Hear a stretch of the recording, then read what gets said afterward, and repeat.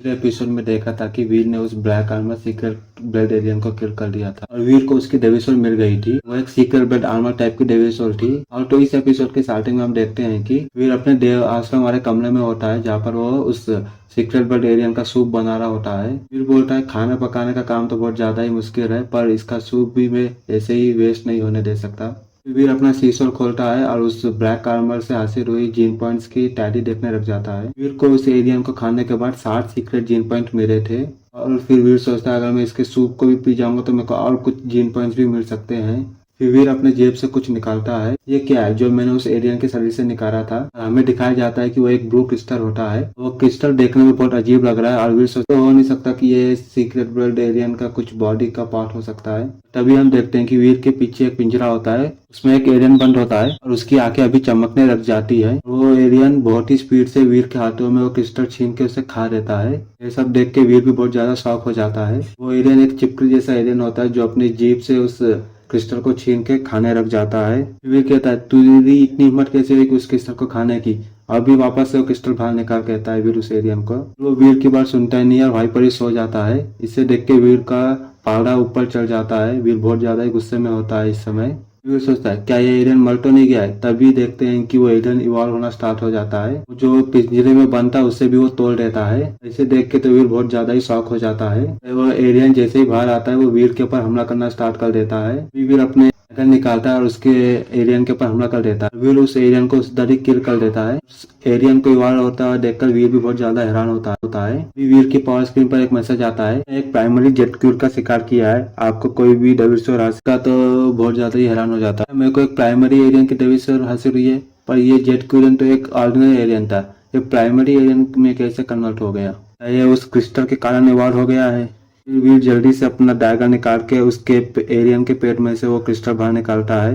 वीर उस क्रिस्टल को अपने हाथ में पकड़ के सोचता है क्या वो ब्लैक आर्मर बीटल भी इसी क्रिस्टल को खाने से एक सीक्रेट ब्लड एलियन तो नहीं बन गया था। अगर मैं सही हूँ तो मैं बाकी के एलियंस को भी सीक्रेट ब्लड एलियंस बना सकता हूँ इस क्रिस्टल के बदौलत। वीर उस क्रिस्टल को चूम लेता है। फिर कहता है इस क्रिस्टल से मेरी एक नई शुरुआत होगी। फिर वीर वहां से चले जाता है। फिर इसके बाद सीन चेंज होता है और हमें दिखाया जाता है वीर का घर दिखाया जाता है, जहाँ लड़की की आवाज सुनाई देती है और वो कहती है हम रह परिवार वाले किसी भी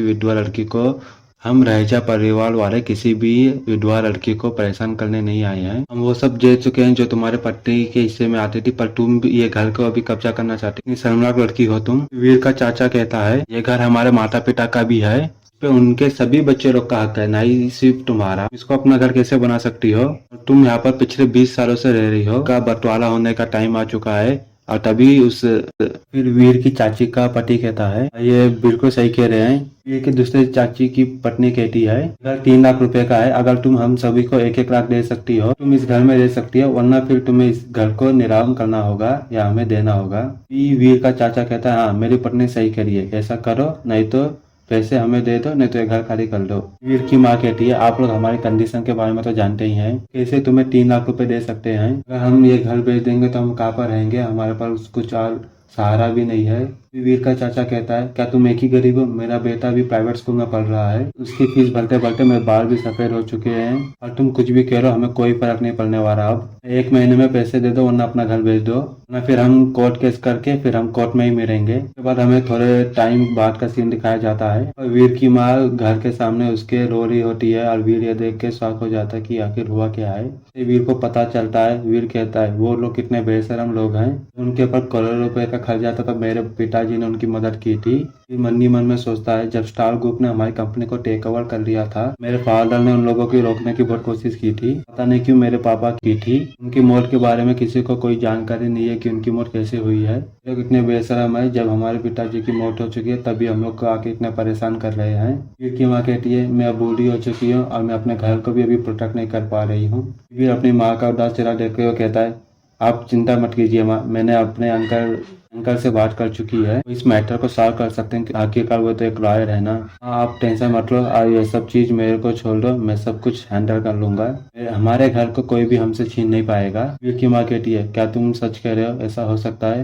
वीर कहता है हाँ ऐसा हो सकता है। तभी वीर सोचता है उन लोगों की हिम्मत कैसे हुई मेरी माँ और बहन को धमकाने की। मैं उन सब लोगों को इतनी आसानी से छोड़ने वाला नहीं हूँ। सीन चेंज होता है और हमें टेलीपोर्टेशन का स्टेशन का सीन दिखाया जाता है और सभी लोग अलग अलग प्लैनेट पर टेलीपोर्ट होकर आते जाते रहते हैं। फिर राइट टाइम प्लैनेट पर जाने वाली टेलीपोर्टेशन पर जाकर वो ट्रेन पे चढ़ जाता है। फिर ट्रेन में बैठकर सोचता है कि उसके जीन पॉइंट को लाने में बहुत ज्यादा ही मुश्किल हो रही है। सीक्रेट जीन पॉइंट बहुत ज्यादा ही कम है और सीक्रेट जीन पॉइंट हासिल करना बहुत ज्यादा ही मुश्किल है टाइटन ग्रह पर। मैं तो अपने प्राइमरी और ऑर्डिनरी जीन पॉइंट्स तो हासिल कर सकता हूँ मैक्सिमम।